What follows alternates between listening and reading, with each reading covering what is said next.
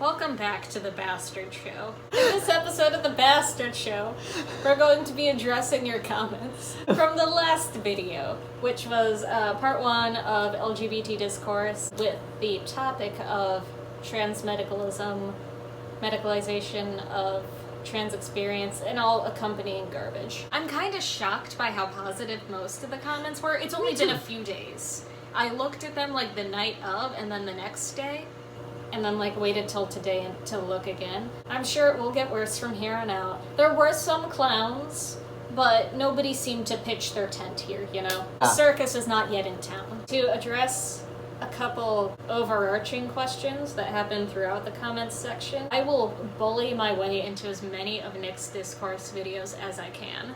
But as far as becoming a normal fixture on this channel, I'm a college student living an hour away, so it's not likely. I also want to thank anyone. I know that Nick linked my art Instagram in the description of the first video, and I don't know if that's related, but I got a massive wave of activity after that, so shout out to everyone who checked that out.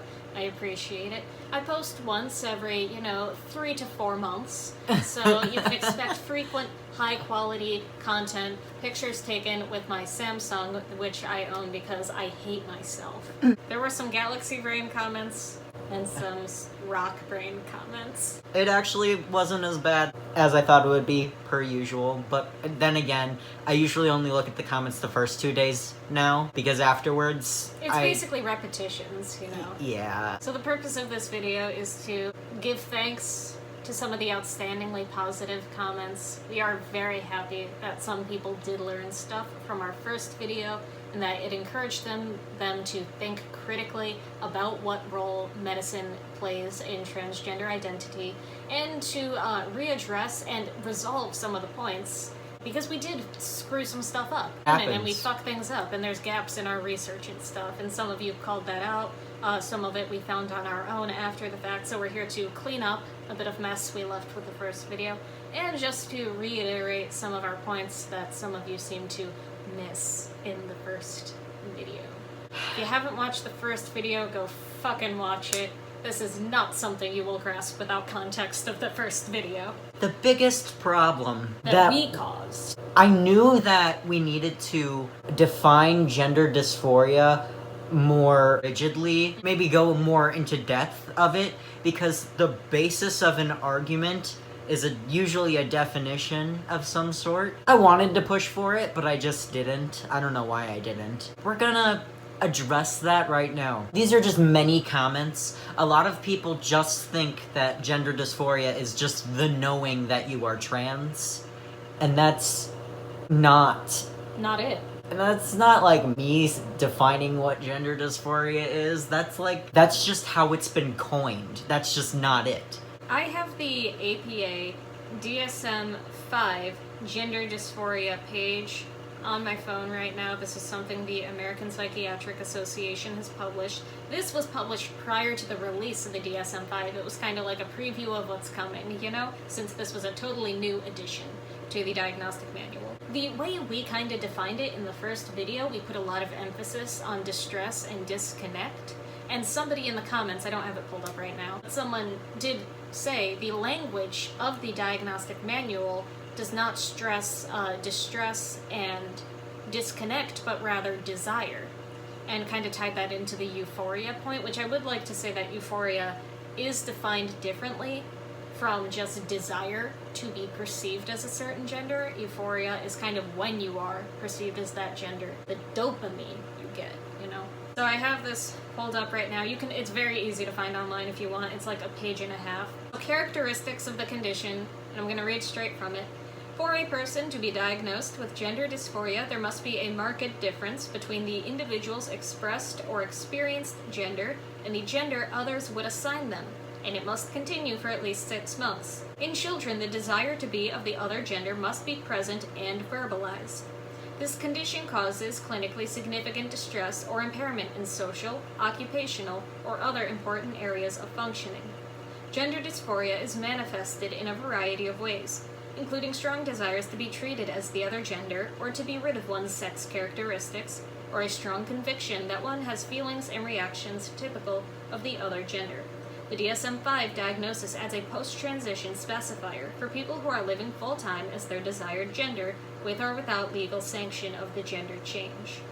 This ensures treatment access for individuals who continue to undergo hormone therapy, related surgery, or psychotherapy and counseling to support their gender transition.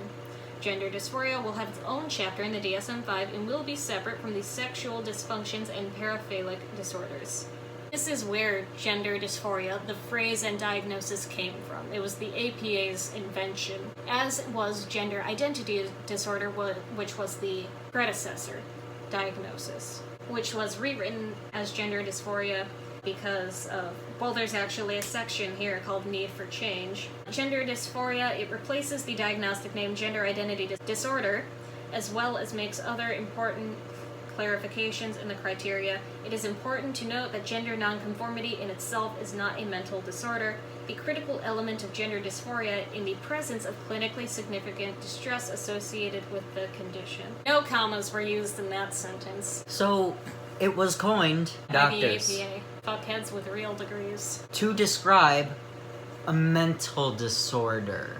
Let's underline that. And in addition to the emphasis of desire, was the emphasis on, allow me to read it again, and this is a criteria for most disorders. In order for something to be a disorder, like we've all felt anxiety, but in order to have an anxiety disorder, it's gotta significantly impair your life for a long period of time, alright? This condition, gender dysphoria, causes clinically significant distress or impairment in social, occupational, or other important areas of functioning. And that's what I found weird in so many comments that were saying, even if you have only mild dysphoria, it's still dysphoria, and you need it to be trans. There's really no such thing as mild dysphoria. The language of the diagnosis does not allow for a mild experience. If it were so mild that it didn't require treatment, it would not be diagnosed. Just so many comments were like, even the knowledge of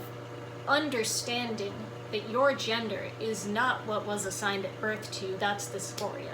The language of the diagnosis does not agree with that. Even so, the way you guys tried to explain dysphoria like that, just the knowledge of knowing that you are trans, it's not necessarily good nor bad. There are no really feelings involved with that. However, the term gender dysphoria, the word dysphoria, the literal root of the word dysphoria is dys. It literally means bad or ill. And then phoria means an emotional state. Dysphoria means a bad emotional state. So you want all trans people to be connected to a word that means bad emotional state. You could try to change the connotation of that word all you want, but in the end, you are connecting an entire community to bad emotional state. Soups. And perhaps this does require an addition to the vocabulary we use when describing gender,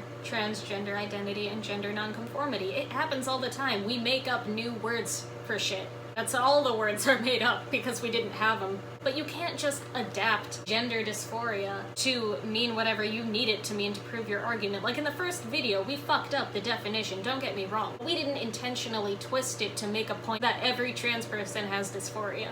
We just made a mistake. It wasn't an intentional twisting in order to prove a point. Eli got that point from a source that worded it weird. Yeah. That was not necessarily their fault. That was not a manipulation thing. I'm just dumb. If you want to say something mild is gender dysphoria, who am I to stop you? If that's what you want, leave that voice crack alone or I will punch you. Do it, Howard.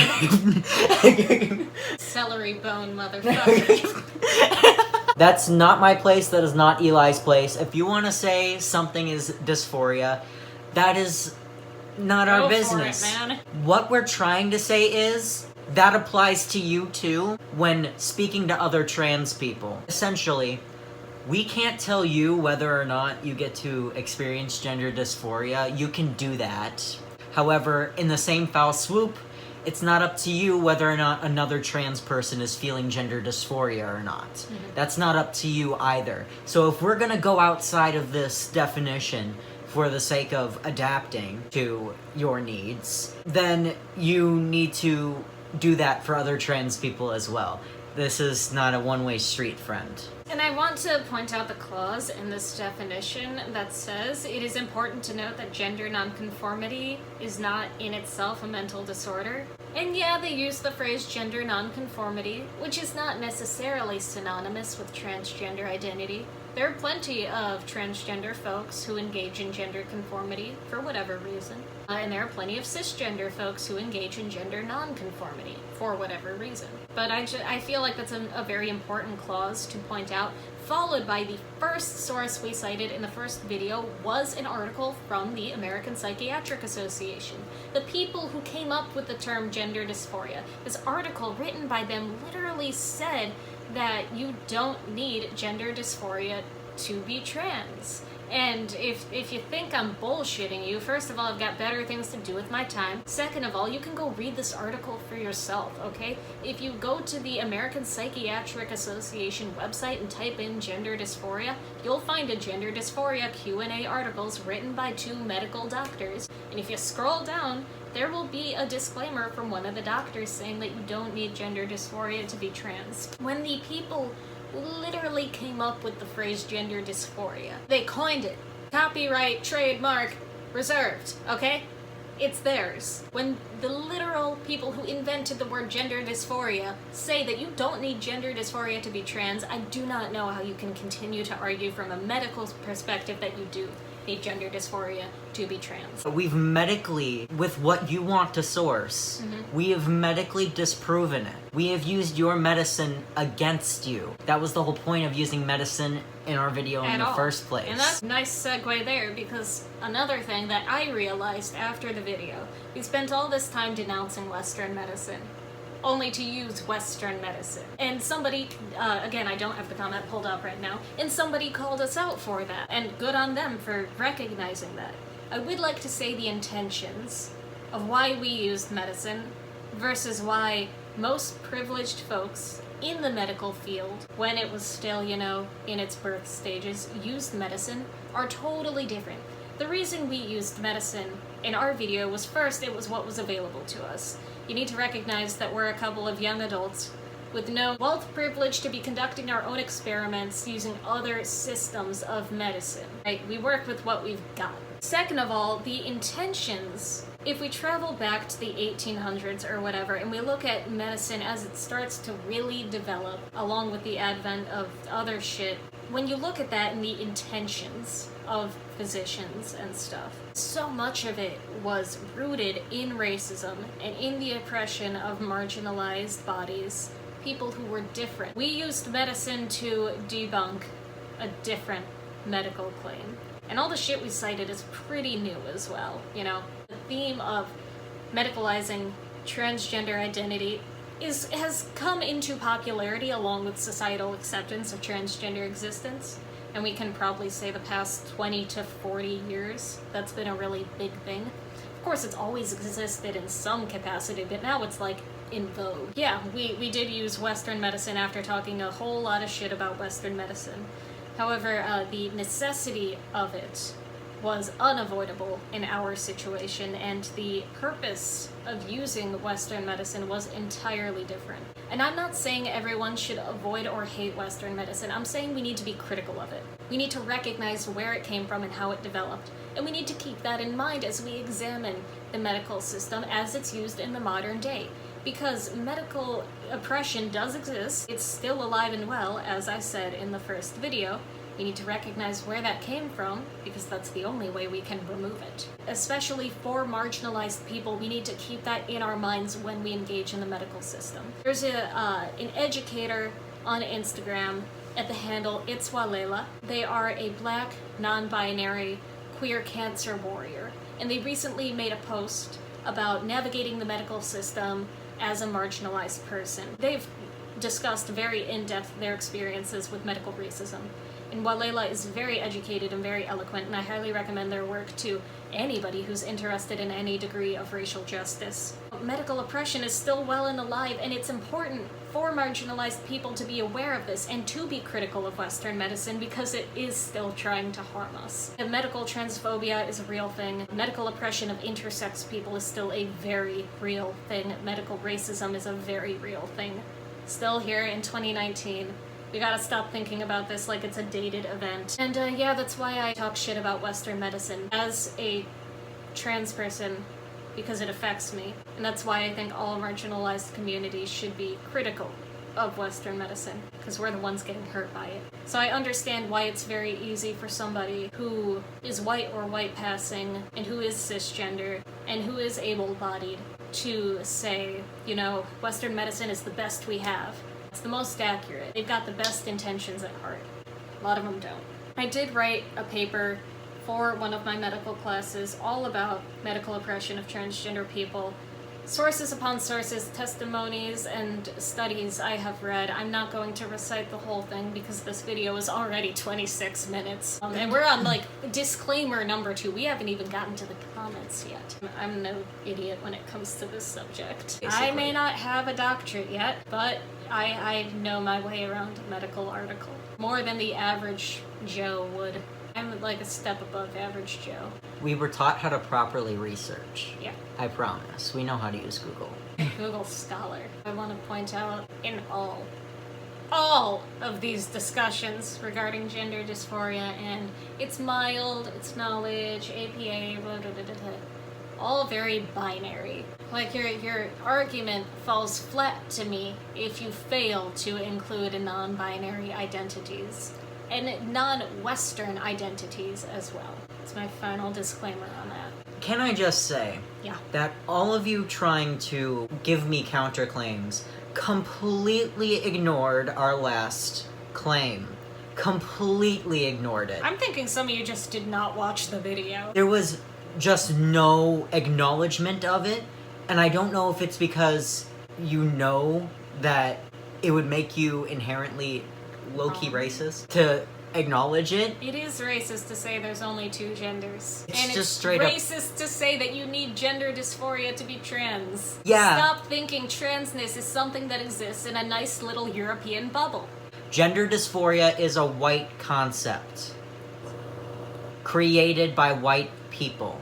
To maintain control and oppression systems, to maintain privilege over bodies and experiences that are not necessarily marginalized elsewhere in the world at the time. And of course someone's gonna be like, well, XYZ about the LGBT community is criminalized in XYZ non-European country. What have you got to say about that? Yeah, I know homosexuality was criminalized for a long time in India. I know that, okay? And when it is, what I believe it was decriminalized in India, it's not as much an act of advancement for the LGBT community as it is an act of decolonization. Gender dysphoria exists because of white colonization. culture. Oh. Yeah. Well, colonization basically made white culture the standard. The global standard. And that's manifested in a lot of different things, you know. Gender dysphoria, from an outside perspective, seems like it's rooted in social structures. It is important to acknowledge the role socialization has on what we feel regarding our transgender identities. Gender dysphoria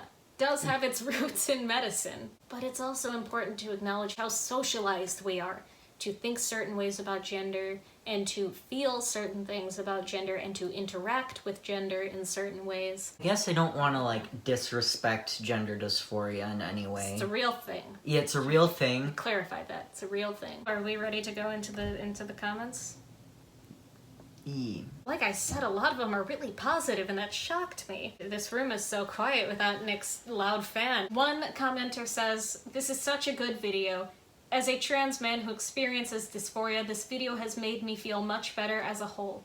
True scum can make me so uncomfortable. Before I came out, the threat of true scum attacking me actually discouraged me to come out and made me question myself, since at the time I didn't understand my gender dysphoria and how it can be different from other people. And that's a theme through here, is people with dysphoria kind of agreeing with the sentiment of the non-necessity of dysphoria, and I'm very happy that a lot of people are kind of reaching this conclusion. It's so important to recognize that our experiences aren't universal, even within a small community. I would also like to mention, it seems to be also a trend that true scum are very violent. They're very intense and they scare people. They scare people away from the community and they make people feel awful. And someone's gonna say, but not all true scum.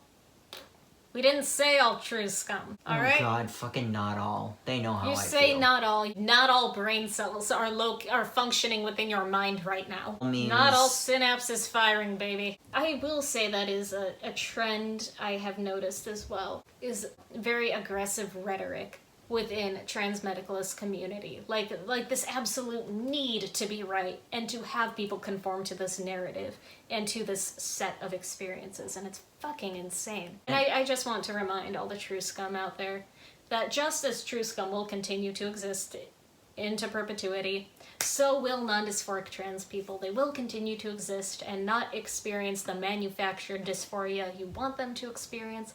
They're going to continue to be happy and live their lives, and there's nothing you can do about it. I'm going to read this comment, and it's going to be a bad one. This is the not... one you screenshotted like a moron? Leave me alone. I just didn't want to go back into those comments. Also, the comment starts with, I know you're going to delete this. Phenomenal use of discretion that you knew well in advance that your comment was not welcome in this space, but decided to make it anyway. You can't reverse psychology us with, I know you're just going to delete this because you're scared of having an argument. You're right, I'm gonna delete it, and I don't care why you think that is. Like, some people just are not welcome in this space. That aggressive, cross-legged sitting with hands on the knees is such a specific energy. Okay, so the comment. I know you're gonna delete this, but I just want to say, the way you're going about putting your opinion on the internet is kind of strange. The way you present your points is demeaning, and you don't even try to acknowledge anyone else's thoughts. That is something I want to address right now. There were a lot of comments that said, you didn't even acknowledge the other side. Did you think I pulled this thesis out of my ass? How do you make arguments, my dude? Do you normally just generate 47-minute long opinion videos without looking at what the other side has to say first? Do you think I made these points up? Dude, that's how opinions, viewpoints, and arguments are made. You need to look at every side. At some point, however, I have seen your argument. Yeah. And I already know what it entails. This is not my first rodeo. The reason I'm so confident in what I'm saying, and the reason I showed up with so many sources citing, is because I've heard it all before. I've been on both sides of this argument before. I know what people have to say about it, and I know what they're going to say before they say it. That's why nothing in this comment section has shocked me in terms of responses to our points. You're recycling the same shit over and over. And then you have the audacity to say, you didn't even acknowledge us. Yeah, we did. We read off your arguments, and no, we didn't pull up the sources you used to defend them. If we had taken all that time to also cite your sources, first of all, the video would have been obnoxiously long. Like, we don't have to bring up your sources. Anyone who seems to think that I just generated these opinions on my own has no fucking idea how the thought process works. You didn't acknowledge the other side. That's how I formulated the argument. My dude, I think you just don't have a good counterclaim, and you decided to say that we didn't look at your viewpoint. We did. We just could debunk it. Least of all, actually trying to understand their experiences. Also, having one non-binary person present the video doesn't mean that everything in it is true and can't be argued with, which is what I see many cis people in the comments picking up. As a trans person, I do believe some of what you say in this video, but you really aren't helping the dumpster fire, which is the YouTube trans community. Tag yourself on the YouTube trans community. With the aggressiveness of your videos. The main issue I have with both your trans videos is that you delete a comment that cites a different viewpoint. First of all, the first video was not a trans video. It was explaining gender. Do trans people get involved in that? Yeah. But overall, that was not the topic of the video, necessarily. I agree that any hateful comments should be taken down, but what you're doing is childish and closed-minded. I'm sure there are loads of people who don't know anything about trans issues, but have watched that this video that will now have a warped and narrow-minded idea of what it means to be trans. Which, by the way, not our fucking fault. We are not saying this is the end-all, be-all of transgender identity. It's nuanced and informed as time passes, you know? If somebody elects to only watch our videos, not our fault, you know? It's not our fault if you're not thorough with your research. You know, to formulate an opinion, you've got to do a lot of work. And if you elect not to do that work, disclaimer, we're not held responsible for the end result, regardless of what it is. Instead of making 40-minute long rants about a community you aren't a part of, could you direct your viewers to helpful trans channels where they can find information support they need? Yes, I have a helpful trans channel. It's me! Yeah. Not a part of the community? Sweetheart.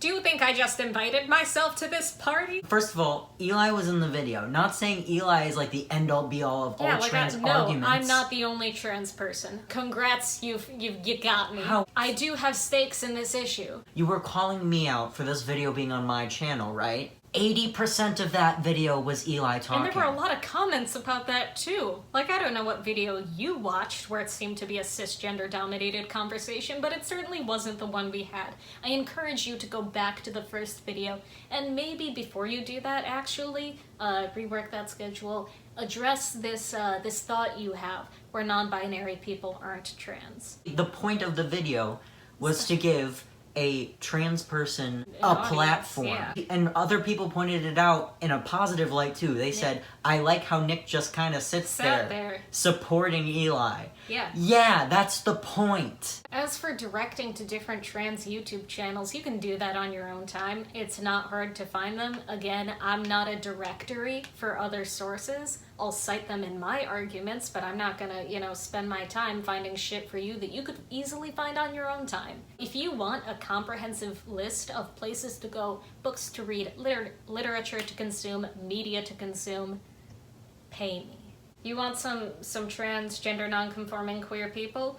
Erica Hart on Instagram, Walela on Instagram, Riley Dennis on YouTube, Aaron Phillip on Instagram. There you go.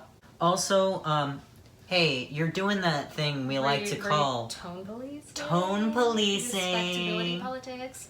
Aggressive. It's so aggressive.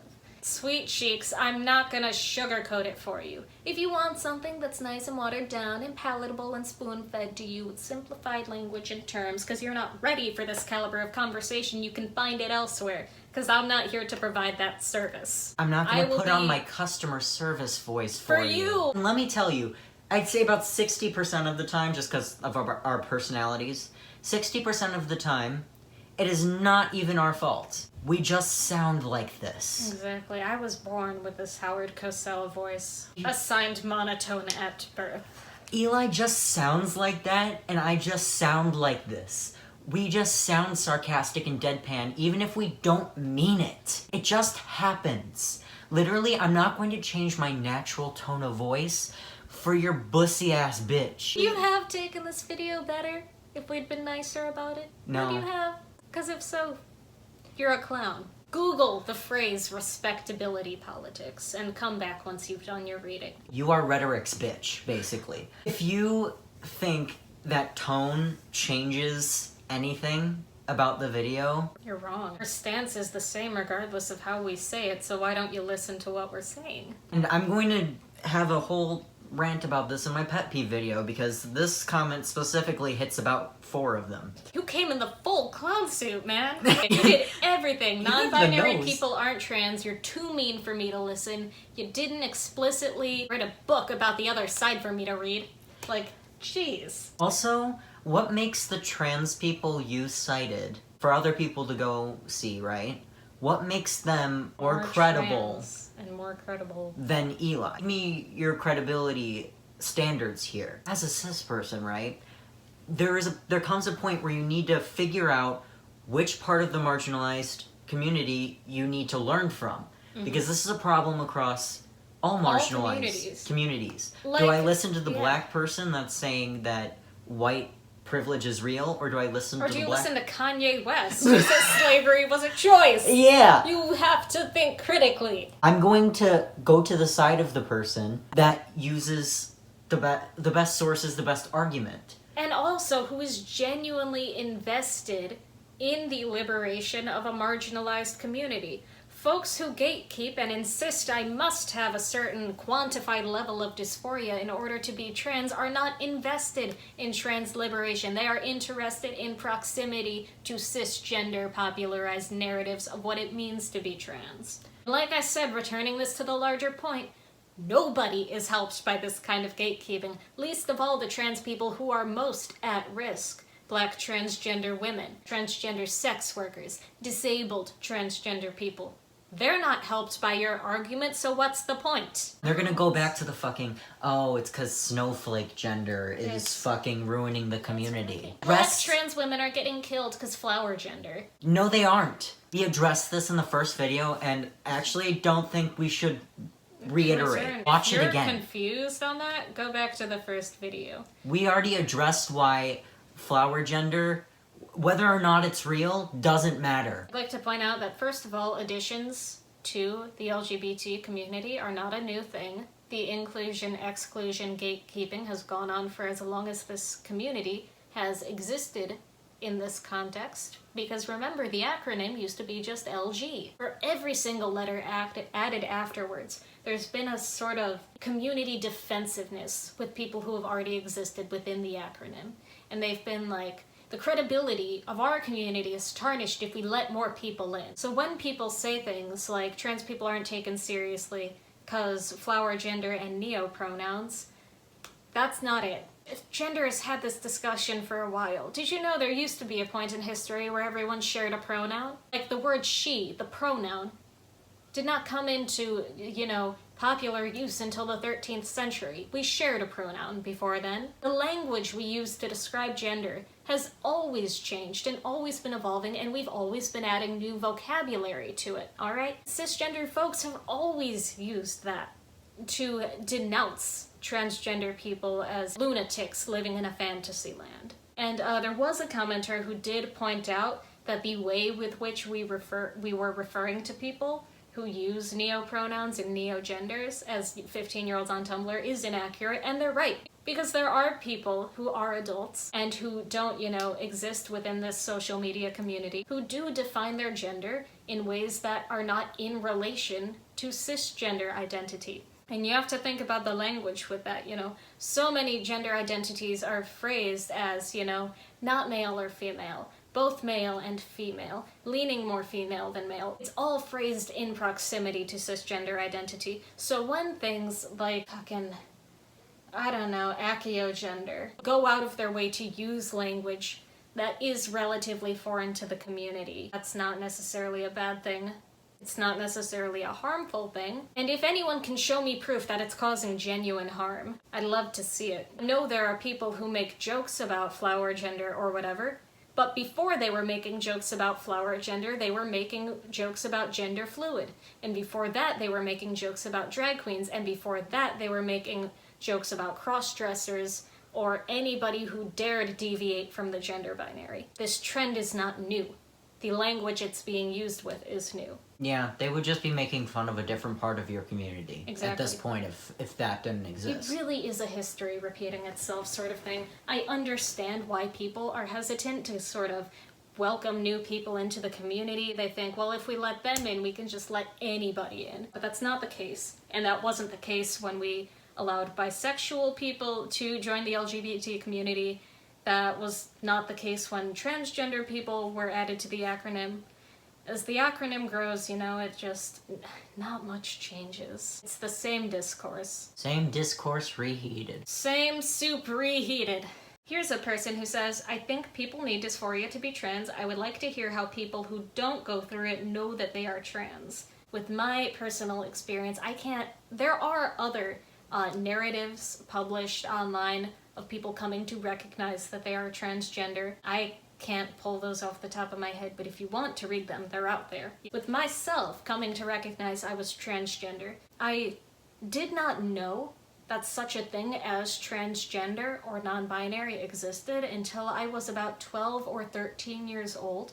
Prior to that, I had always experienced the disconnect from femininity. I was the stereotypical trans person who was a tomboy in their youth, but just general disconnect from femininity and from what was expected of me as a female. nothing within me synchronizing or resonating or feeling right when I thought of myself as a young woman.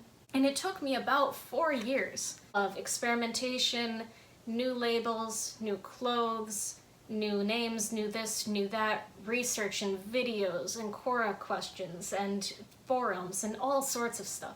Talking to people and talking to myself. And it all comes down to, I think the best way to know if you are a certain gender identity is to ask yourself, does this feel right? I imagine it's like placing a piece of furniture in a room and knowing if it belongs there or not. The environment created by your mind and your body and your spirit will recognize when something is placed correctly or identified correctly, and sometimes there is no correct identification. Sometimes the language doesn't exist yet, sometimes it's not needed. For myself, recognizing that I was trans, yes, I did experience dysphoria, but I did not know I was trans because of that dysphoria. It was merely further evidence, you know? I didn't know I was trans because I was uncomfortable with my breasts. I knew I was trans the same way a cisgender person knows they are cisgender, without looking at their body and thinking, all right, here. It was a very intuitive, self-informed process, and of course there's the possibility that in the future I will continue questioning. Maybe at one point in the future I will identify as a woman again. Maybe I won't. And it's important, I think, to not think about that process with fear, like the fear of change or the fear that, oh, maybe I'm faking it this whole time. We're always changing and we're always growing and learning about ourselves.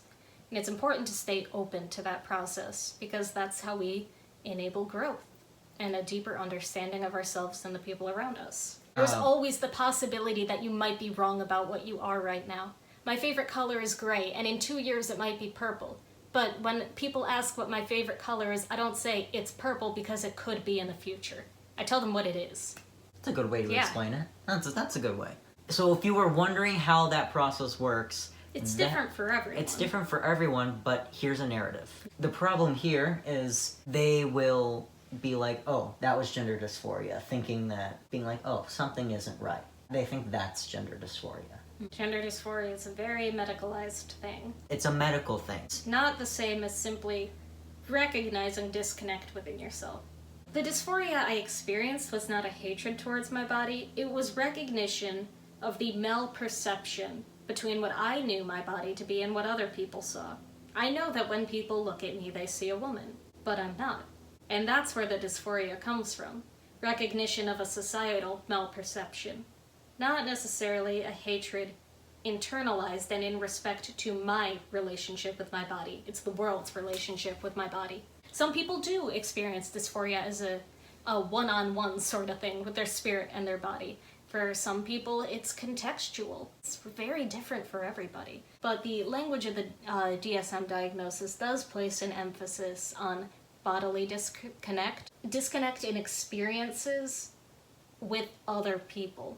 Those two elements are pretty emphasized. And the popular understanding of gender dysphoria, especially as presented in media that tells transgender narratives, it's all about the body, you know. The other issue, this doesn't even have to do with gender dysphoria. It doesn't. When you suggest, even merely suggest, that sex is not binary, People or go ape they shit. go, because you can only think in the concrete, and you can only think in what is taught to you. I'll read this person's comment, and then my comment back, and then their other comment. This is them.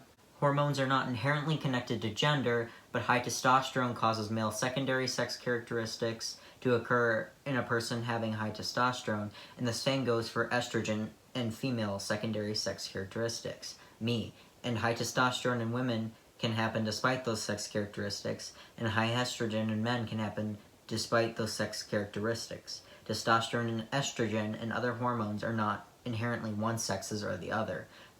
Yes, that is true, but it doesn't mean estrogen doesn't give you breasts and testosterone doesn't make your voice deeper. If that was the case, trans people would have no reason to take hormones because it wouldn't do the thing that they want to do.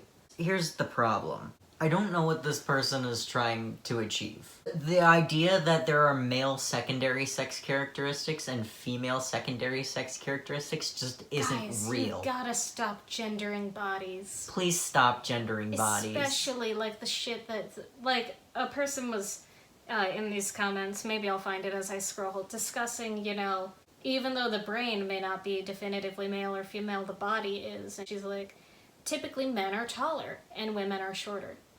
No, they're not. Typically, people who have a lot of testosterone are taller, and typically people with a lot of estrogen are shorter. And even then, this person in their comment went into cases where that might not apply, like giganticism and dwarfism. Like, how do you go out of your way to recognize something that inherently disagrees with your argument? Testosterone is not inherently male. There's no male capitalist monopoly on testosterone. Anybody can have testosterone. Anybody can have estrogen. And anybody can have a little smoothie of the two of them. Bodies are so unique and so different, and they pop out with so many variations. It is estimated that 1 in 2,000 babies will meet some of the criteria to be recognized as intersex, as falling outside of medically defined boundaries of male and female, whether that be hormones, chromosomes, genitalia, secondary sex characteristics, all that sort of stuff. How can you say that there are two things when there are so many factors involved? There's just too many factors involved to say that male and female are the only options, especially when you look at the rest of the world. All their species, plants and animals, and like dimorphism, hermaphroditism, intersexism, changes in sex, variations in sex, mingling of different sex characteristics happens in every single species. We're not special in the way that we pop out in one of two boxes. People aren't taller because they're male. People are taller because they've got more testosterone. They have longer bones, and that's it. There's no gender science behind it. And then they'll be like, but testosterone made the penis. Testosterone made the penis. But the penis. My penis. I give your penis no conscious thought. I don't care what gender you are. But what is the point of transitioning if you don't have dysphoria? It doesn't matter how little the dysphoria is, but if you don't feel like this gender and it makes you feel uncomfortable looking at yourself or hearing other people calling you your birth gender, then that's a valid reason to transition. There's no reason to transition if you don't have dysphoria. If it's not needed to make them happier, then it's not needed. It's the first half of the comment, and all I can say is, yeah, those are a bunch of valid statements. If you don't have dysphoria, there's no need to transition. That doesn't make you not trans. Exactly. There's this connection I'm seeing people make between being trans and the necessity of transition. A lot of people seem to be thinking that you can only be trans if you are pursuing, even regardless of dysphoria, if you pursue medical transition in some capacity, like that's a new requirement for being trans. Guys, that's not how it fucking works. Regardless of whether or not you feel dysphoria or in what capacity or context you feel dysphoria, there's nothing on the transgender checklist that says you've got to get a certain amount of procedures or have a certain amount of psychotherapy. It's just weird. Yeah, Also, if you don't want to transition, don't. This is another weird sentence. It's offensive to dysphoric transgender people to be transitioning, for people to be transitioning and calling themselves hydrogender and other crazy genders that don't exist. I want you to find me a source. I want you to give me a number of how many non-dysphoric transgender folks who use neogenders are seeking and undergoing medical transition.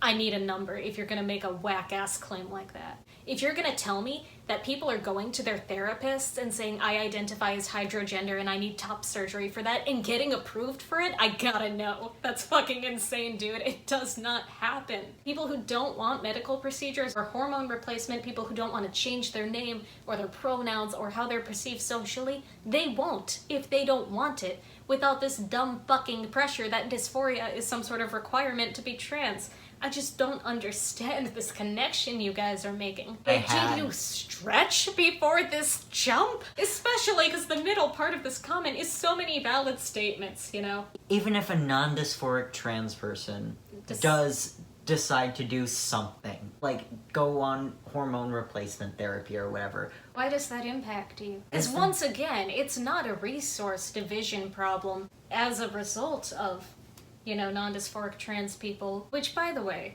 I just want to mention that and a comment pointed this out as well, and we did in the first video too, there are plenty of cisgender people engaging in medical procedures, that are considered gender transition related shit, like facial feminization surgery and hormone replacement and breast augmentation and, you know, fucking muscle implants and stuff. Binders even. Chest binders, compression tops. Cosplayers buy those. Cisgender cosplayers who are crossplaying, they'll buy those. Drag queens buy gaffs and corsets and, you know, those little fucking the silicone titties. It's not a lack of resources. It's, you know, restriction of resources by cisgender power entities that have a very limited understanding of what it means to be trans. It's offensive to dysphoric transgender people to be transitioning and calling themselves hydrogender, which, by the way, why is that offensive to you? Do you think it's undermining your credibility as a dysphoric trans person?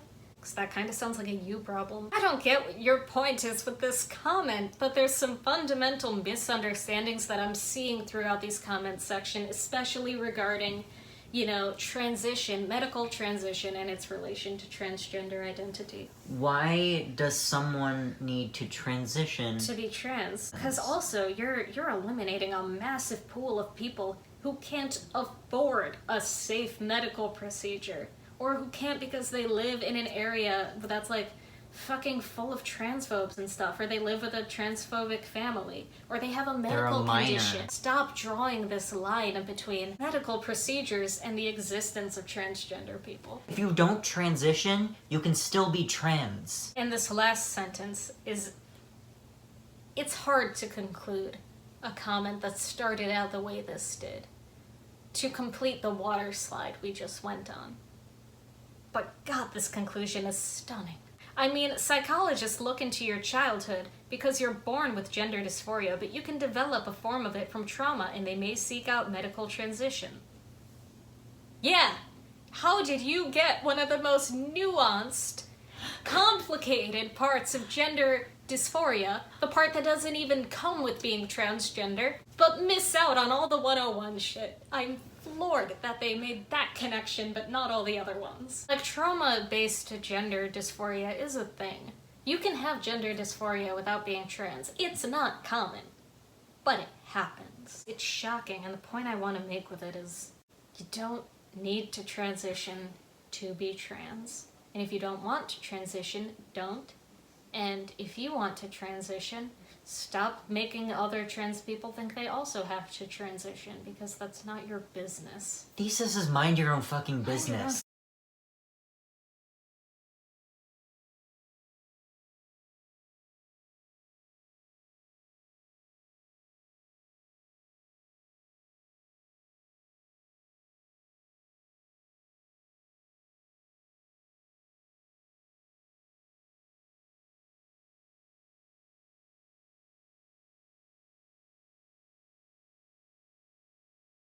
When this video came up on my feed and I listened to the first few minutes, I was hopeful because there are disparities and infighting in the greater LGBTQ community. I like the use of the word greater. It makes me think of greater and lesser prairie chickens. And this does need to be addressed. I was hopeful because the intro pointed out most of those disparities only exist online. Trans support groups in real time aren't worried about any of this. Your pronouns switch to you, yours, and me, mine. And usually the only time one is talked about in third person is in gossip. Yeah, last sentence of the first comment, but the video stays on point of the world according to Tumblr. I need everyone to, like, cease with this according to Tumblr thing. Like, we gotta stop saying that like it's a... First of all, like, it's a bad word. Like, you've denounced my argument by saying that people with Tumblr agree on it. Because here's another thing. There are trans medicalists on Tumblr too, which means I can point at all of you and say, Tumblr. It's so weird, such an intense connection between Tumblr and therefore you must be some clown. I'm gonna say all trans medicalists are clowns because there is at least one trans medicalist who has a Tumblr account. XY, no correlation, buddy. Not to mention I cited actual people with doctorates, which means... Where was their Tumblr in there? Like, I did mention that this discourse exists on Tumblr. I didn't cite anyone on Tumblr. You said that True Scum and Too Cute were created on Tumblr, but yeah, other than some that... of the language used in this conversation originates from a Tumblr user, but that's about as deep as I get into it. Right. I do reference some fringe gender groups on Tumblr as part of a larger discussion about credibility, but like I just don't get the point of this. He left a second comment, which I don't know why, because this easily could have fit into one. Oh no. Gender dysphoria diagnosis isn't about dysphoria. You're right, I'm sure they put that word in there just for fun. If they didn't want it to be about dysphoria, they wouldn't have called it gender dysphoria. They would have just called it gender. I diagnose you with gender. Like, motherfucker, do you think these guys are doing this for fun? We're gonna call polio watermelon now. Psychologists don't define or quantify dysphoria. A psychologist looks at, for adults, 8 possible points, looking at not identifying as their assigned birth sex and gender, and identifying with or desire to change sex and gender. Dysphoria is not measured or quantified because it is not part of the diagnosis. You're right, but that's part of transmedicalist ideology, at least in some capacity. The question begged by the statement, you need dysphoria to be trans as well, how much? Because everybody does experience it in different quantities. You can't have necessarily mild dysphoria. I imagine mild dysphoria is still pretty high up on the scale of general distress. We've already been over this. The word dysphoria means distress. Means bad emotional state. So, sure, some people will experience it worse than others, but to have even mild dysphoria is to already be in a pretty severe, like, life-impacting state of distress. Well, first of all, that's literally the requirement of a mental disorder, and this has been defined as a mental disorder because it's a medical term. The definition given the video is a Tumblr version of what someone assumed gender dysphoria is, but maybe examining how the AMA and APA is diagnosed, not how it is defined, instead of repeating Tumblrism. Again, with this Tumblr. You're really falling back on the fact that there are people with Tumblr accounts who agree with us. I hate to break it to you, man, but Tumblr is not some, like, fringe society. Some cult somewhere. Tumblr agrees with you, too. Yeah. So... Tumblr fuck. Mm-hmm. Also, they were basically saying that definition that you gave from a credible website sounded like it was from Tumblr. Yeah. So basically, if it sounds like it's from Tumblr, it's not right. Let's look at how gender dysphoria is diagnosed, not defined. You need to realize those aren't two separate things. Diagnosis will depend on the definition. You really aimed for some intellectualism here, but you fell quite short. You can't diagnose something without a defined diagnosis. What the Amy Spencer, take a deep breath, man. This is weird. Did you stretch? You might have pulled something during that, man. Here's a good comment. A part I really dislike getting constantly ignored in this discourse is that those limited resources that the trenders are taking away from us, the dysphoric trans people, are, for most part, resources that cis people use. Cis women that are going through menopause receive hormonal treatment, and cis men receive testosterone for certain medical conditions. People who are questioning their gender go to clinics to be sure of what they are, so then they can decide if they need medical treatment or not. And that includes, inevitably, some people who are honestly just confused. Meaning that even if trans people, as a group, didn't exist, there would still be a demand for all of these things. And as long as that demand is there, they will keep producing the product. All of these things are available. The shitty part comes when you realize that society is transphobic and prefers if trans people do not exist, so they will go out of their way to keep these resources away from trans people specifically, while allowing actual cis people to access them. The problem is transphobia, not trenders. You're right. Even if trans people, let's keep using the example of top surgery. That's really what I'm falling back on here. If transgender people who wanted their breasts removed did not exist anymore, there would still be doctors trained to perform breast augmentations that reduce breast tissue. These products would still exist and demand for them would still exist, even if trans people did not make up part of the population demanding them. And you're right, it is ridiculous how limited these products are for transgender people. In certain countries and with certain insurance situations, the number of hoops you will have to jump for, the years you will have to wait. There are psychiatrists who will require you to live like 2 full years as your desired gender before you're allowed to pursue certain procedures. There's a lot of walls set up to prevent trans people from accessing elements of medical transition. You're right, and you should say it. Oh, that person. Which is this person? I'm gonna go to the bathroom while you read through their 3 comments. Okay. I haven't read this one yet, so we're gonna work through this together. Real-time processing. Very interesting video overall. I share a great many of your beliefs, but also disagree on others. You will find in the comments below a few posts I have made. As I watched the video, I found myself pausing in order to respond to a specific idea that was presented. Typically, these were in places where I differed in my opinion. I ask that you do not take these statements as a dislike or disrespect of you, your ideas, your perspectives, etc. Quite the opposite, actually. I encourage debate and rhetorical argument.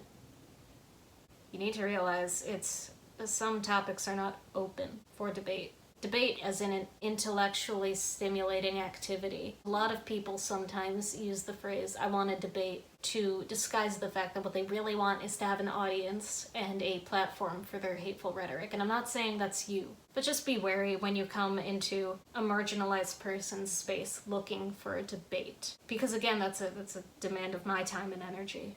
I get it, but be careful with that, man. It is only through discourse that people come to understand each other. Likewise, it is only through understanding we can truly accept each other. My understanding of transmedicalization of transgender people is incredibly limited. I'd never heard the term prior to clicking on this video. If by this term you mean a general use of biological and medical means to explain the causes of transgender,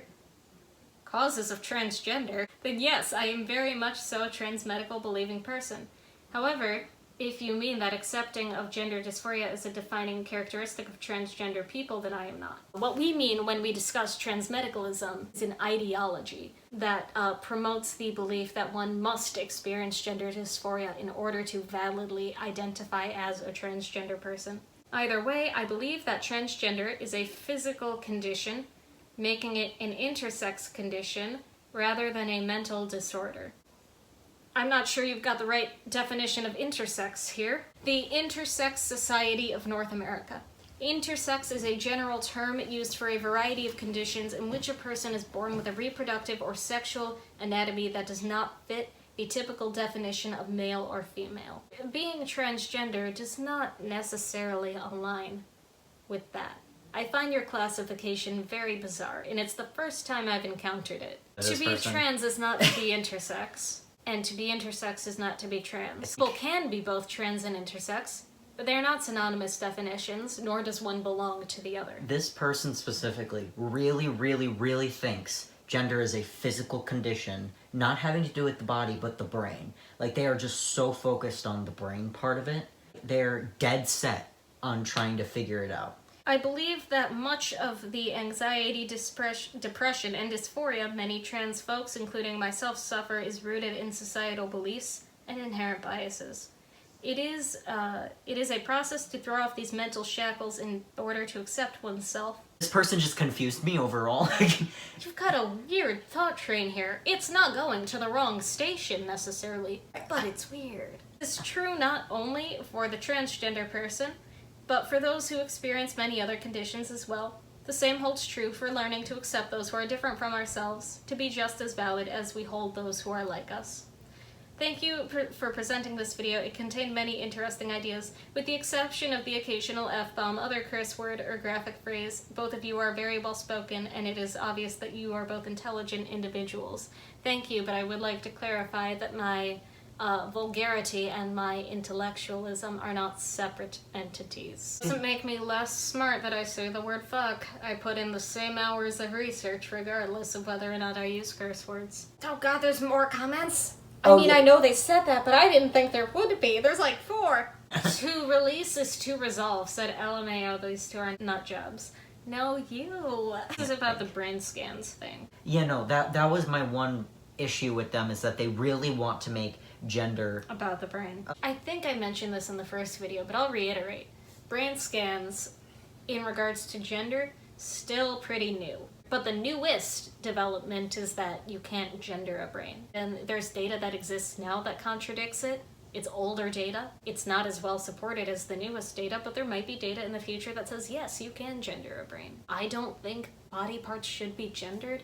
We're meat sacks full of soup. okay? The gender comes from something a little deeper within ourselves. This is the best comment I've ever fucking seen. Shiny Blue Jay says, true scum trans people remind me of those people who say we shouldn't get rid of student loan debt because it would be unfair to all the older people who already paid their debt. God, I love it. And you're right. People who say I suffer as a result of being transgender, so you should too, and that should be a universal criteria. It's kind of like people with polio saying, I had polio before the vaccine and I suffered. I think everyone else should too. You need polio. You're right, and you should say it. I think this person is a trans med who is asserting that you need at some point to experience gender dysphoria, which is also weird because that begs the question of when and how much and why is that? Why would that be your criteria? That's so subjective. You need only experience it once. That's the literal contradiction of the APA definition that says 6 months. Does Eli have a channel? I do not have a YouTube channel. I have wanted to be making one for my art specifically.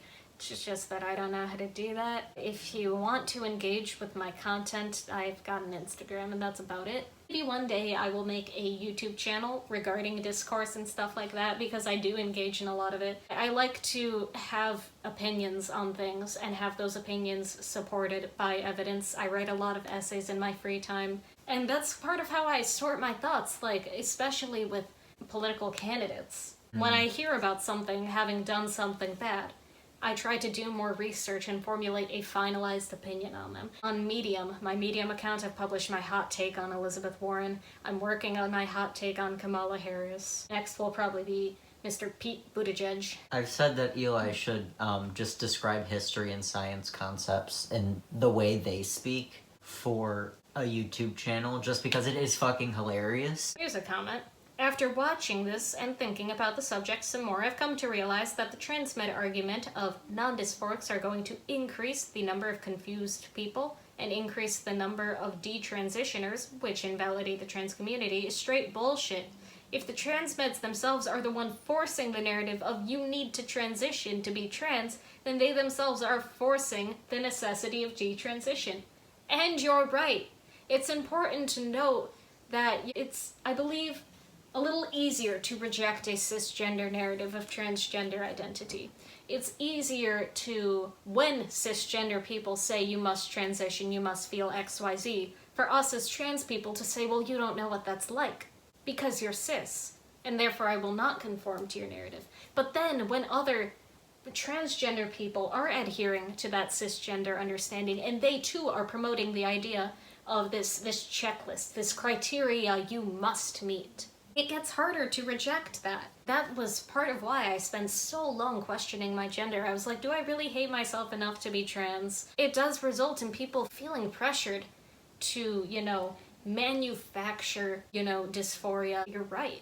Forcing a narrative of the necessity of transition and the necessity of dysphoria. And then saying, but wait, when people detransition, that makes us all look like idiots. Like nobody would be detransitioning if they did not feel this intense, community-enhanced need to manufacture a transition in the first place. So you're right, and you should say it. Tumblr has a scary amount of trans meds. Yeah, they all gather there. They really do. They really do. There's a lot on Instagram too. Anytime I follow like an LGBTQ meme account, like one that isn't a critical, radical liberation account, immediately Instagram just in my recommendations, transmed, over and over and over, and I block all of them. Watch this while I, a male, shaved my legs. Nice. Yeah, man. Fuck nice. yeah. I'm late. I'm also part of the LGBT community. Welcome. Corresponding statements, frankly. I've never once been on time to anything in my life. So this comment is to add on to the brain scans don't mean shit. There's more variability within the sexes than between them, and you're right. So yes, the average cisgender man might have a slightly larger hippocampus, or whatever, but the average cisgender man doesn't even exist in real life. The range of sizes of cis men's hippocampi is huge and overlaps a ton with cis women's hippocampi. You're right. It's important to remember that an average is just an average. It doesn't necessarily represent what's out there. It's just an agglomeration and a rough approximation of what might fall in the middle. There's so much variation in our bodies, and you're right. There's greater differences between Nick and some other cis man fuck down the road than there is between me and Nick. Actually, we are probably alarmingly similar. We both have no brain cells. Hush, we share one brain cell, and you are borrowing it right now. You're wrong. Mom said it's my turn on the brain cell. Back to the other comment, a lot of trans meds not only overlooked like different genders of different cultures that don't need gender dysphoria, but they also overlooked the statement where you said that black men have different levels of testosterone than white men. You also overlooked that. So are black men different genders than exactly. Like, there is no good that has ever come from trying to shove our bodies into different boxes, guys. Because those boxes are so arbitrary and can be dependent on so many things. There are physiological differences between folks of different ethnic groups because of where their ancestors came from, how much sun they got, the terrain they lived in, all sorts of things. We're adaptational creatures. Western medicine, icky. Transmedicalists, smelly. Like this comment. Trivago. Trivago. Oh no. Oh, here's trash, question mark, question mark, question mark, question mark, which, yeah. I Things like boobs, vaginas, uteruses are inherently female. No, they aren't. No, they aren't. Do you know how I know? Do you know how I know? Because there are guys born with that shit too. You're wrong. For any claim you say, men are taller than women. Only women have boobs. Only men have testes. I will be able to show you someone who does not fit that criteria. You're wrong. I need you guys to get over this obsession of bodies being inherently sexed and gendered. They're meat sacks with shapes so that sometimes we can have babies under the right circumstances. And they do a lot of other shit for us, like we can breathe and digest food and make sounds with our mouths. Why aren't you gendering that shit too, Because there's no point to it. There's no point to gendering my lungs. There's no point to gendering my uterus. They live in the same house. Why would I gender one but not gender the other? You're gonna get the comment where it's like, but a majority of men... But the majority of cis women have the boobs and the... But a majority of men are taller than women. My penis. A majority of men are taller than what woman? Exactly. Which woman are you comparing them to? Because what woman? Also, then we can tie in again ethnic differences. Like, I'm Armenian, and because of that, I'm 4'11". The German side of my family is really tall, and the Armenian side is really short. And that's an ethnic difference, not a gender difference. Hormones are not inherently connected to gender, but high testosterone causes male secondary sex characteristics. We've already done this. I put that in the... No, they don't. No, they don't. No, they don't. No, they don't. How can you say that hormones aren't gendered, but cause gendered characteristics? It's not gendered. Eli looks very handsome. Thank you. There were a lot of comments that were very complimentary towards my appearance, and I'd like to thank all of you for that. Mr. Glue Sniffer himself. Time to go on to a comment where all of us can agree this transphobe is icky. Oh my god, though, this guy. I don't know what crack he's snorting, but I really want some. This clown, Connery, is gender neutral. First of all, they accuse us of misinformation, but they put in so much misinformation. It's my favorite logical fallacy. The straw man. And boy, is it done to an extreme here. So this comment opens with a bold claim. They really did not pull a punch here. Trans people are less than a 0.01% globally, but it is talked about as if every other person is trans.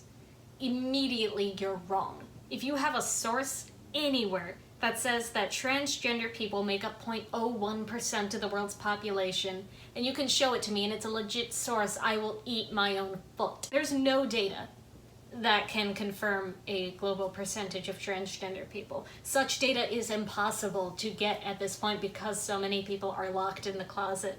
The most accurate and recent data I can get is about United States gender populations. As of 2016, 0.6% of the United States population identifies as transgender. That's from the Williams Institute of Law, and that's 1.4 million people. Next part, the medical part of this video is ruefully wrong, weird use of the word ruefully, and is absolutely misinforming young people Interesting guess at our population demographics. You are not helping anyone by telling them to ignore actual proven medical science, which is also the name of my first band, because it was Western and tested on marginalized people. It was tested on everyone. Orphans, corpses, people diagnosed as insane, animals, whomever. Eli has the medical apartheid here, which means that you're about to get fucking whacked with it. And it's a heavy book. So let's start with corpses. Oh, the irony. You dared to bring up medical experimentation on corpses to denounce our critical analysis of Western medicine and its roots in the harm of marginalized people. Chapter 5 of Medical Apartheid is called The Restless Dead, Anatomical Dissection and Display. Opening quote, Harriet Martineau, Retrospect of Western Travel. In Baltimore, the bodies of colored people exclusively are taken for dissection because the whites do not like it and the colored people cannot resist. Followed by that advertisement for the South Carolina Medical College circa 1831. No place in the United States offers as great opportunities for the acquisition of anatomical knowledge, subjects being obtained from among the colored population in sufficient numbers for every purpose, and proper dissection carried on without offending any individuals in our community. How dare you bring up corpses to denounce the fact that medical science has been practiced on marginalized community? You're right, it's been practiced on corpses, black corpses exclusively. Grave robbing from the 1800s up until fucking now has been a way to terrorize black communities to feed white Western medicine. Even now, recently I saw a CNN article, a Chicago police officer killed in the line of duty, a black man, was returned to his family with his organs missing. This is not new. If you genuinely give a fuck about this topic, required reading. Allow me to read aloud a passage, and please be warned that this book does contain, graphic depictions of death and mutilation and medical racism and abuse. Until the last century, American medical practitioners shared a deep frustration with much of Europe. Anatomical dissection had become a key to physician training, but because the procurement of cadavers, and often dissection itself, was illegal and socially unacceptable, doctors and their porters had to imply a macabre creativity, leavened with criminal force, to secure the bodies of the recently deceased for dissection. These bodies tended to be black. Quote, the attitudes of the white Southerners, both towards the use of human bodies in medical education and towards blacks, were silently but clearly revealed in the medical professionals' heavy reliance on the Negro cadaver. Observed Todd L. Savitt, hospitals habitually delivered black bodies directly from the wards to the autopsy tables without asking anyone's consent. Today, the legacy of this post-mortem racism survives in policies that continue to appropriate the bodies of the friendless paupers, such as the homeless, a disproportionate amount of whom are black, for medical purposes. And the insane, again, Chapter 6, Diagnosis Freedom. We're looking at the Civil War now. His medical screeds indicate that Dr. Peter Bryce, superintendent of the Alabama Insane Hospital, thought of himself as a progressive. He had run the Tuscaloosa institution since its 1860 opening and prided himself on currency with scientific advances in mental health. Unlike other institutions for lunacy, he was no human warehouse where diagnostic labels were applied intuitively and treatment was homely and futile. Bryce was scientific. He compiled carefully annotated case histories and observed patients closely before hazarding a diagnosis informed by the very latest in medical research, even research on blacks. For unlike most Southern asylums, Bryce's admitted a few black patients. In 1867, he had admitted a former slave of his. And now the very next year, a hypervigilant 45-year-old ex-slave named John Patterson had been brought in for treatment. Patterson was clearly manic, possessed of an unfocused, energetic furor that Bryce had often encountered. The doctor believed that, as with other blacks with this condition, the psychological pressure of caring for himself when Patterson possessed neither intelligence nor the judgment to do so had proven too great, and Patterson had sunk into madness. Hence Patterson's mania could only have one cause. Bryce wrote, Diagnosis Freedom. You're right that medicine was practiced on the insane. Insane, free blacks. Free blacks who were still fleeing slavery and racism, and were diagnosed as sane due to reasonable paranoia. Also, the fact that they compared marginalized people to animals? Literally, go fuck yourself. Not to mention, They're they also fucking compared racist. marginalized people to straight up corpses who were marginalized people. To begin with. What the fuck, dude? You really tried to come at me with that pseudo-intellectualism. Lack of understanding of historical context and what's actually happened to form Western medicine the way it is today. Shut your whole ass up. You saying Western medicine is my favorite fucking thing. Did I say that? You said Western medicine, and I think that's perfect. That's the credibility and respect it deserves. The history of medical science in any culture is sketchy. No source provided, by the way. But that doesn't mean one should cancel procedures and treatment. If you can find it in the video where I use the phrase cancel treatments, I'll bend over and I'll eat my own ass. To say that, but to know the history of white colonialization and imperialism, which you probably don't, and white people's reach across the world, to say that, and then to say that there were other cultures with that worse... did the same thing? No, they didn't. Do you know how I know that? I was in 6th grade history class at one point. There is no culture that has done anything as remotely vicious and awful as Europe literally colonizing the entire world and then making the entire world them. Please show me a culture that has dominated the world the same way. There's no evidence to support this claim that colonization of another country has ravaged a medical system the way Western medicine has been ravaged. Okay, so next paragraph. The trans community is struggling with obscene suicide rates, substance abuse, and report miserable mental health overall, and this is not just due to social stigma. No, it's because it is a very difficult life to have, of which should not be taken lightly. Most studies have shown that after a sex change procedure, this percentage actually spikes, which indicates that the mental health of a trans individual should be handled properly before such measures are taken to prevent this. You're right. That's the one thing you got right. Enjoy it while it lasts. You're right. There are studies that show that, post-medical transition, depression rates can spike. But there's also data to support the opposite, So these numbers aren't set in stone. A survey of 156 transgender women who had received bottom surgery, an average of 6 years prior to the study, did report a distinct improvement of general and trans-specific quality of life and psychosocial resources. There are numbers that say it gets worse after surgery, and there are numbers that say it gets better. It's dependent on a lot of topics. And you're right to say that mental health should be addressed prior to undergoing surgery. I feel like that could be said for any life-changing surgery. Also, this is so far off topic of the video, so far off topic. We never once mentioned what mental health is like after surgery. That has nothing to do with dysphoria. What are you talking about? And this next paragraph, it gets wild. Buckle in, grab a snack, feed your pets now. I'll give you a minute. You can't start altering children or young preteens' physical bodies on a whim because they identify a certain way for a couple of years. You need to be absolutely fucking sure before you irreversibly alter their future development via hormones. When did we ever promote? Did we promote that? Where did you get this? I'll eat my own ass if you can give me a timestamp where I say that. I want a quote. I want something that I said or that Nick said that promotes, what did you say? Children? Hormone blockers on children. Which, we have our own opinions about that. They're not, at least in my case, they're not well developed. I'll need to do more research before I can shit out another 47-minute video on my hot take. But this was not ever mentioned in the video. At all. This is the first of many straw men here. If you have a hormone imbalance or medically provoke one to get the appearance and development that aligns with your gender, you will experience depression, mood swings, in lieu with other very uncomfortable bodily reactions because the hormones are not in balance with your actual sex.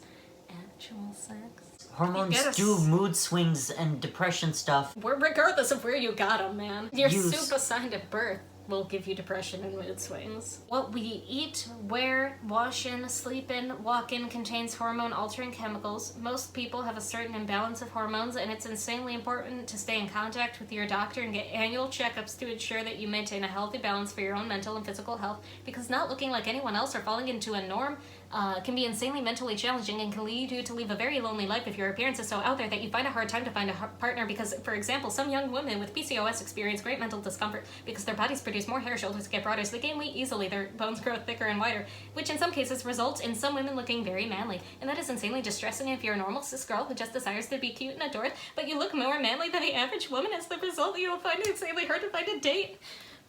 Dude, what are you on? He's on crack. Why are you invoking all of this? Sleeping. We're surrounded by things that alter our hormones, which inherently makes us sad.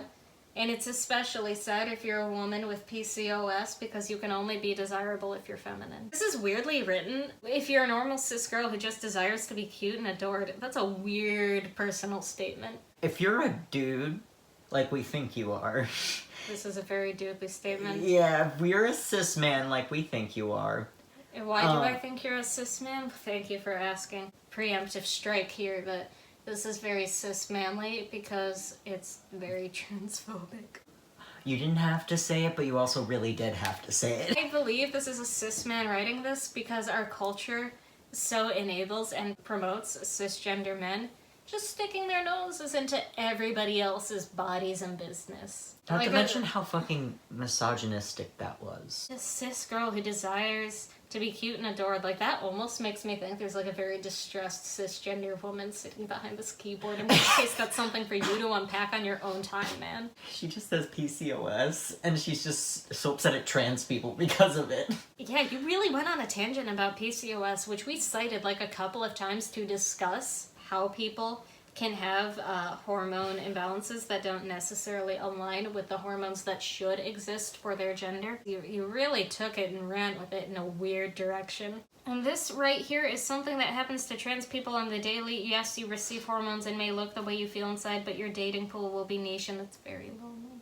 Trans people don't have small dating pools because they take hormones. Trans people have small dating pools because people are transphobic. Next question. Do you know how many people want me? Speak for yourself when you talk about a trans person's small dating pool. Why'd you bring up, like, you were talking about, like, the effects of hormone on the body, but then you were like, went to, like, dating pool. Which, by the way, this has nothing to do with the previously unrelated point that we're forcing hormones on children, which has nothing to do with the prior point that the trans people don't exist. That there's, like, 2 trans people total. None of this is connected. It's so fun to read. I hope you do not have an English teacher currently, because I'd feel so bad for them reading any of your essays. I recommend those who watch this video to view it critically. Yeah, me too. Yeah. I'm not trying to brainwash any random cis people. I presented a thesis with evidence. And that's what it was. This video contains many theories that are not factual and are not made by people with the proper credentials and proof.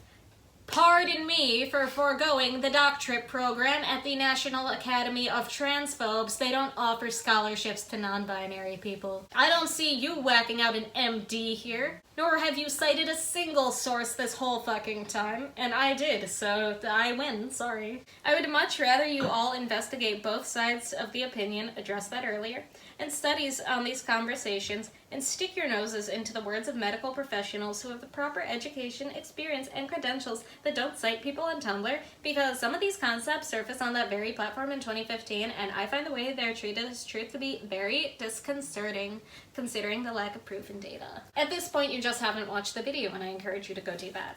Yeah, no, you didn't watch the video. Eli did stick their nose in medical doctors with degrees. I don't have a National Journal of Medicine monthly subscription for my health. That's actually a good reason to have one for your health. Yeah. I just have one to be mean to people on YouTube with facts. The first thing I cited was an article written by 2 APA doctors. So I can only assume you stopped watching at like the 10-minute mark when we were still giving disclaimers. I don't think you watched the video, bud. We literally mentioned Tumblr twice.